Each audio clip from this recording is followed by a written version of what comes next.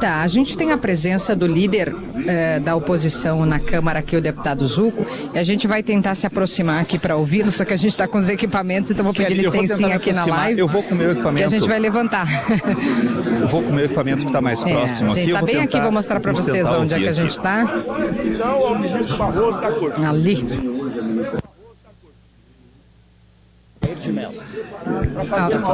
Quem está falando agora... Peraí, tá aqui o Zucco, vem cá, peraí. Porque a anistia é uma ação... Deputado Zucco, vamos conversar ao vivo. Deputado Zucco chegando por aqui, fez uma manifestação jornalista e agora conversa ao vivo novamente com a Rádio Gaúcha. Claro. Deputado, formada a maioria, o ex-presidente condenado, se encaminha para o último voto. Como é que vocês, desse grupo bolsonarista mais próximo do presidente, enxergam essa condenação? O senhor já vinha dizendo que era previsível esse resultado. O que fazer a partir de então? Não, acho que o voto do ministro Fux, um voto que na nossa visão é de um magistrado de carreira, qualificado. A gente viu, inclusive, as apartes do ministro Alexandre de Moraes. Ali não estava um ministro, ali estava um promotor de justiça, que é a sua carreira original, um promotor de acusação, um PowerPoint com vídeos.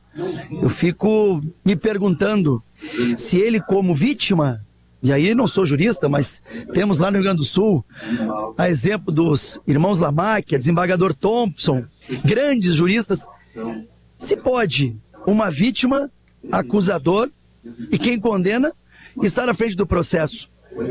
E, deputado, em relação aos outros 3 votos, porque vai se encaminhando aqui, pelo menos, para um resultado de 4-1. Já está 3-1. O senhor está criticando um dos votos, que é o do relator. Em relação aos outros ministros que também apontam responsabilidade e condenação de Bolsonaro. Não, logicamente que essa condenação, na nossa visão, já estava clara. Antes mesmo do início, nós já falamos isso, não é uma surpresa. A surpresa é a gente ver após um voto qualificado de 14 horas, se baseando em jurisprudência jurídica, em juristas renomados, em peças, né, jurídicas amplamente estudadas. Ele mesmo falou que criou um grande grupo de trabalho de magistrados, de juízes, de auxiliares, trazendo e avaliando provas. Se tu notar, ele analisou acusado a acusado, ele citou nominalmente cada um, trazendo inclusive alguns fatos específicos, provas em algumas situações e outras inexistência de provas.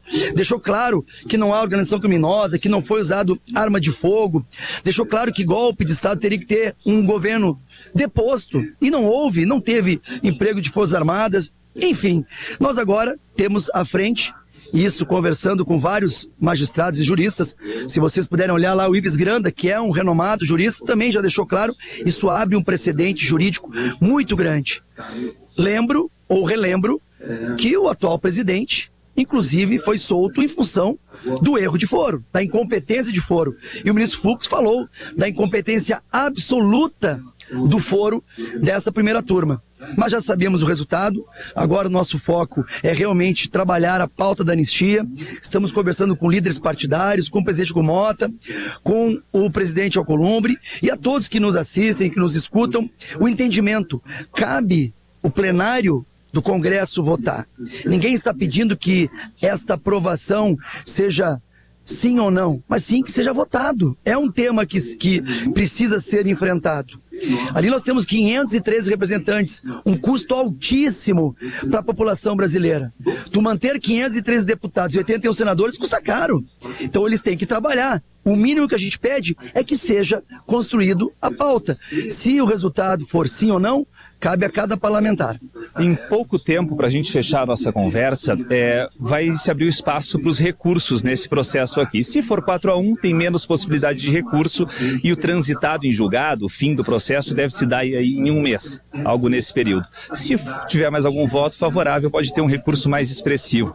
O senhor mesmo está dizendo que o resultado já está bem consolidado, parece que em pouco tempo haverá o transitado em julgado e o ex-presidente Bolsonaro e outros réus estarão condenados. Politicamente, pensando em eleições, em articulações desse campo, o ex-presidente já estava inelegível, agora fica condenado.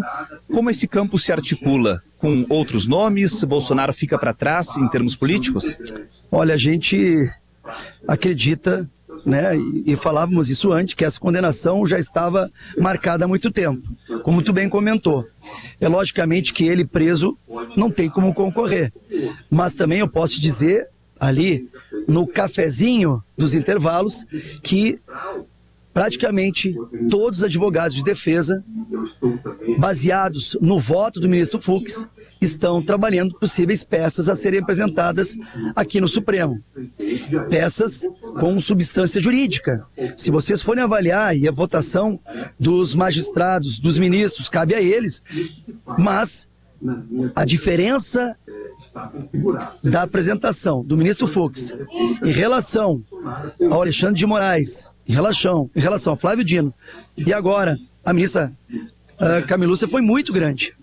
Eles se basearam, os três ministros se basearam em opiniões pessoais, em conjecturas pessoais, falavam em democracia, falavam em peças que levam a uma organização. Não.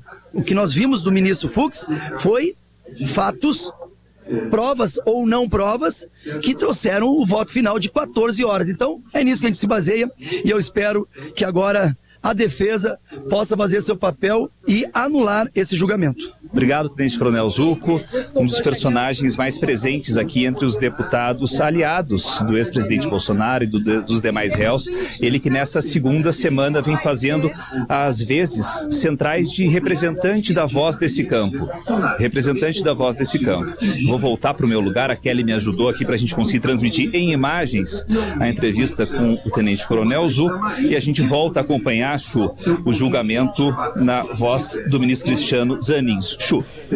Vamos com o sobe som. Cristiano Zanin, ministro presidente da primeira turma do Supremo Tribunal Federal, trazendo o seu voto, justificando primeiro a rejeição das questões preliminares, para em seguida analisar também o mérito.